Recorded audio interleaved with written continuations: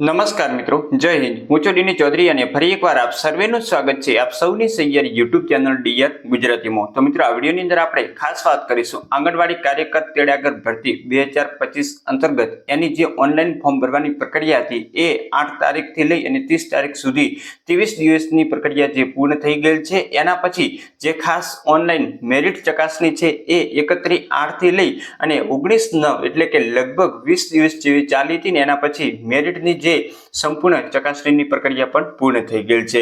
અને એના પછી ખાસ 20/9/2025 ના રોજ આંગણવાડી કાર્યકર અને તેડાગરનું મેરિટ લિસ્ટ અને રિજેક્ટ લિસ્ટ જાહેર કરી દેવામાં આવ્યું છે. એની અંદર ઘણી બધી બહેનોના જે ફોર્મ છે એ રિજેક્ટ થયેલા છે, કયા કારણે થયા છે એ કારણ પણ એની અંદર દર્શાવવામાં આવ્યું છે. તો એના માટે ખાસ જો તમારે અપીલ કરવી હોય તો 20/9 થી લઈ અને 29/9 10 દિવસ દરમિયાન તમે ઓનલાઈન એપ્લાય કરી શકશો પોતાની અપીલ માટે. તે તમારે જે છે એ કોઈ પણ પ્રકારની ભૂલ થઈ ગઈ હોય અથવા તો એમના દ્વારા કોઈ મેરિટ ચકાસણીમાં ભૂલ હોય એવી ગમે તે તમારો પ્રશ્ન હોય તો તમે ઓનલાઈન અપીલ નોંધાવી શકો છો. અને 30/9/2025 થી લઈ 9/10/2025 સુધી જે તમે અપીલ કરેલો હોય એનો નિકાલ માટેનો સમયગાળો છે. એટલે કે એની જે છે તમે અપીલ કરી છે એની ચકાસણી કરશે ને યોગ્ય લાગશે તો તમને ફરીથી નવું મેરિટ પણ બહાર પાડશે ને એની અંદર તમારો સમાવેશ કરશે.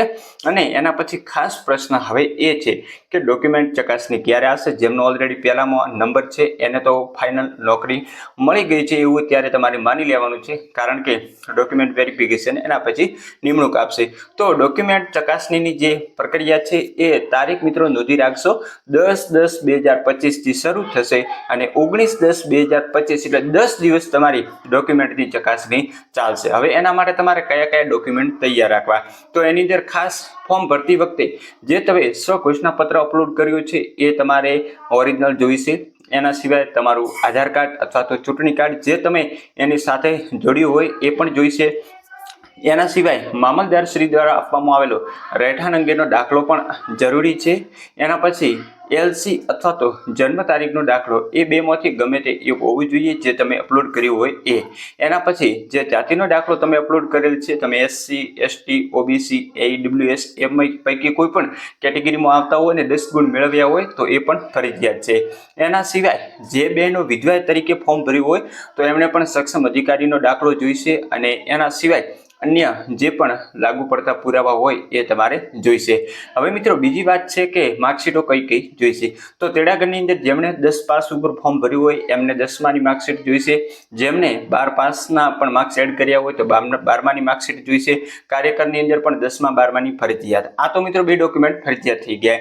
એના સિવાય તમે સ્નાતક તરીકે BEd એડ કર્યું હોય, PTC એડ કરી હોય, કોઈ પણ ડિપ્લોમાનો કોર્સ એડ કર્યો હોય અથવા તો તમે સ્નાતક કોઈ પણ પ્રકારનો કોર્સ એડ કરેલો હોય તો એની તમામ માર્કશીટ તમારે ઓરિજિનલ જોઈશે.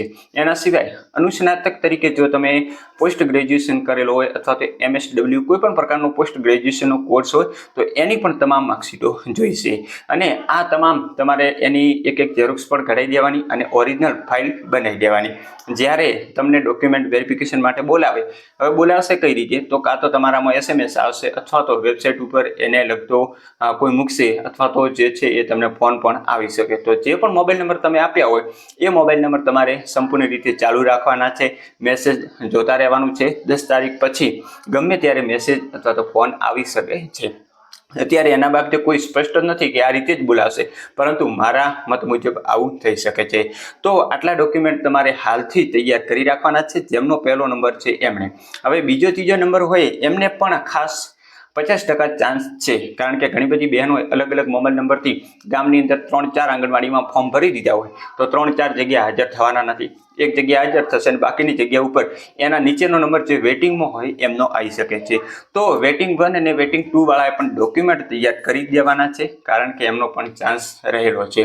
બીજું મિત્રો, ખાસ હાજર ક્યારે તમને કરશે, તો 19 તારીખ સુધી ડોક્યુમેન્ટની પ્રોસેસ પૂરી થશે અને 20 તારીખથી લઈ અને 18/11 30 દિવસનો સમયગાળો તમને આપશે.